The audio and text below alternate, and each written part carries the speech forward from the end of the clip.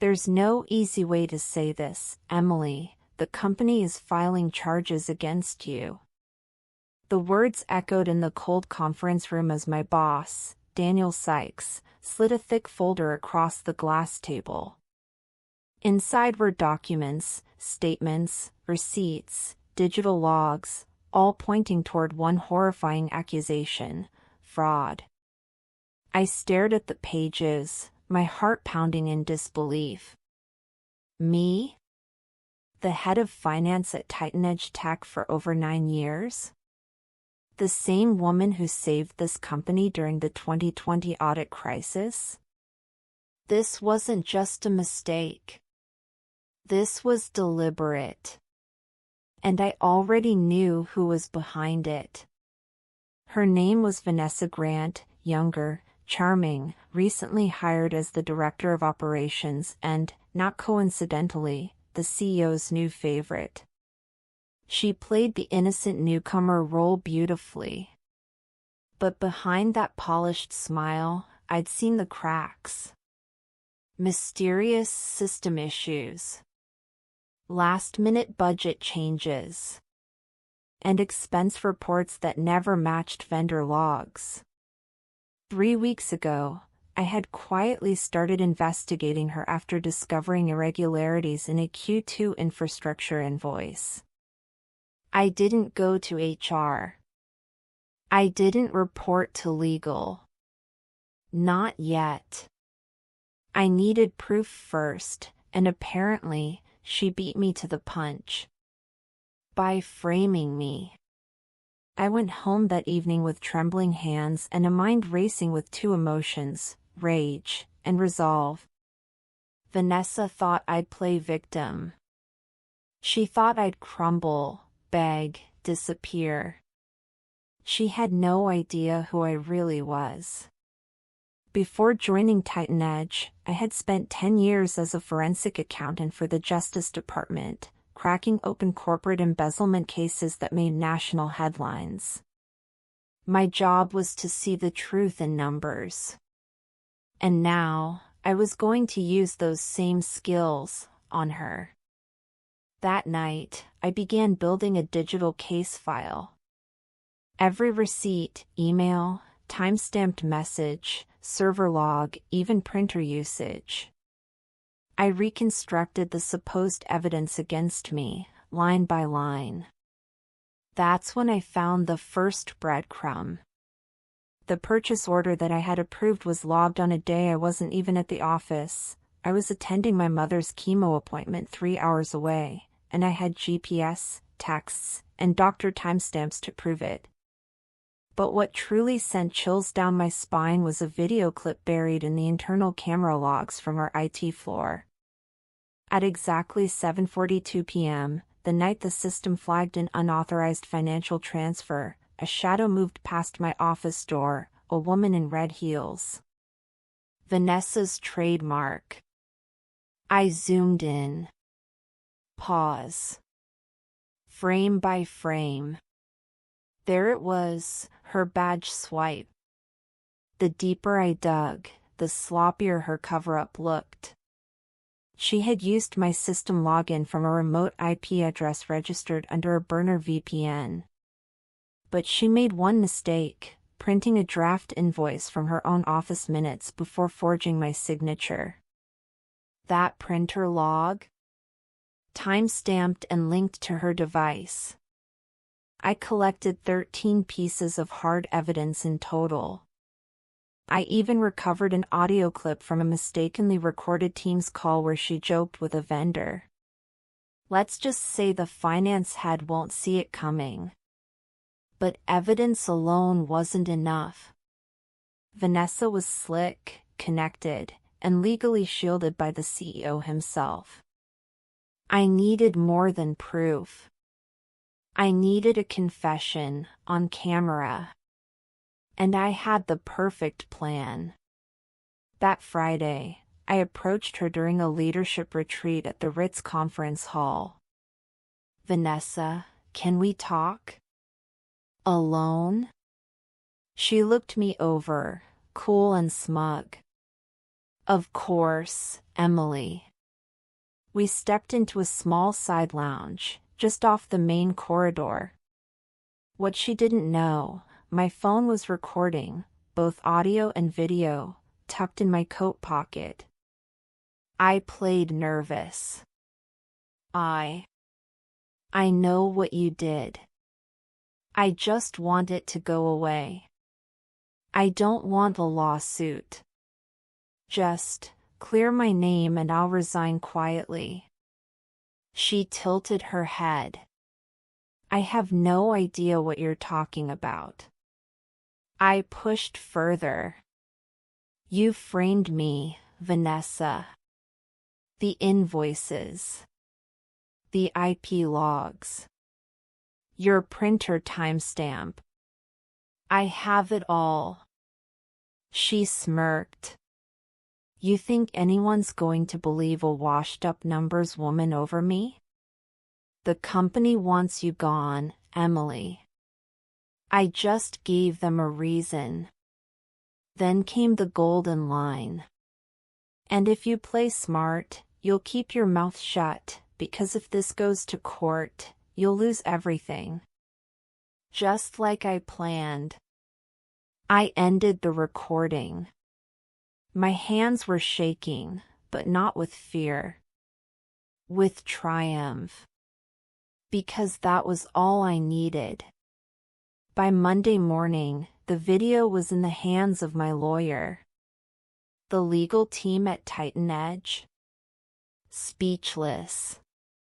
Vanessa was summoned for an emergency review.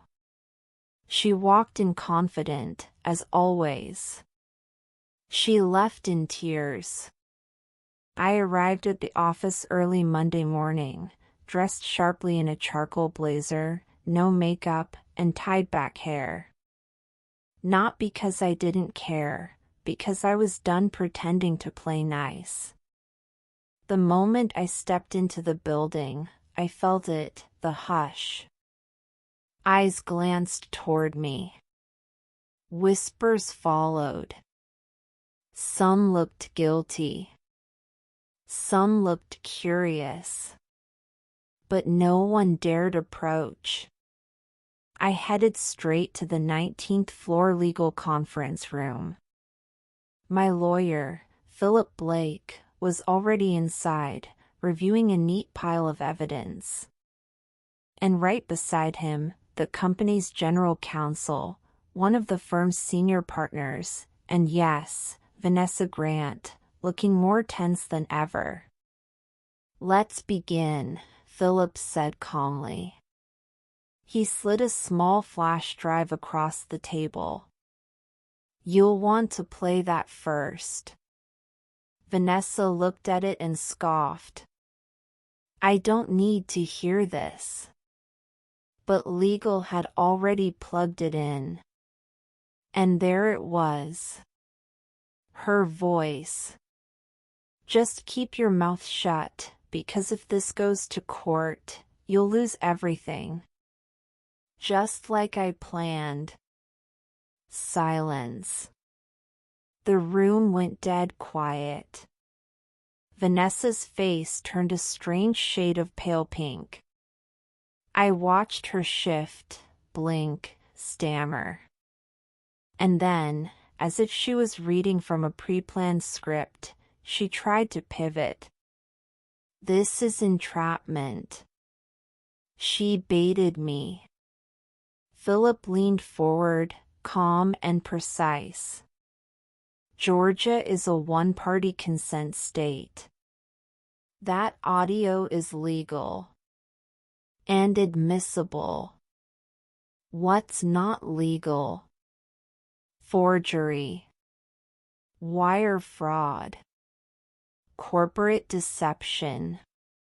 We have documents, logs, metadata, and now, intent. The partner from the board, who'd barely spoken until now, folded his hands. Vanessa, this is serious.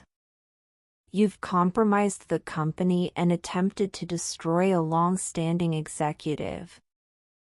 And you think you're the victim? She looked at me, her lips pressed into a trembling line. I didn't flinch. This wasn't revenge. This was justice. By noon, Vanessa was suspended indefinitely. The news spread like wildfire. She tried to spin it, of course, claimed it was corporate politics. But the evidence was too strong, too overwhelming. Even the CEO, who had backed her so fiercely just weeks ago, had no defense. She's done, Philip said simply as we left the conference room. Now the question is, do you want to press charges? I paused. Thought about it. No, I replied. Let her explain the resignation and ruined reputation. I don't need her in jail. I already won. That Friday, the board of Titan Edge called me into a private meeting.